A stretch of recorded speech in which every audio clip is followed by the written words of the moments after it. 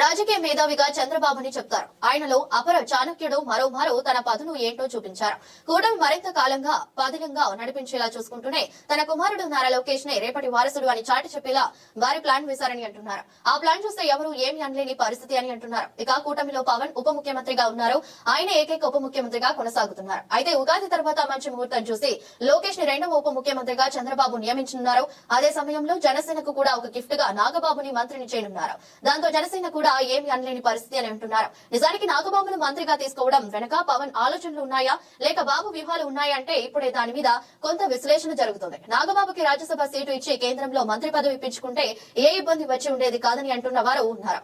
ఆయనను మంత్రిగా చేయడం అంటే పవన్ కూడా బంధు ప్రీతికి తలొగ్గారు అనే కామెంట్స్ వచ్చే ఛాన్స్ ఉంది. ఇక టీడీపీ విషయానికి వస్తే కొత్తగా వచ్చేది ఏదీ లేదు. ఆ పార్టీలో వారసత్వ పోకడలు సహజం. పైగా టీడీపీ అంటే అంతా ఓకే అనే పరిస్థితి. వారసత్వం విషయంలో టీడీపీ అధినాయకత్వం ఎప్పుడు అది తప్పు అని మాట్లాడింది కూడా లేదు.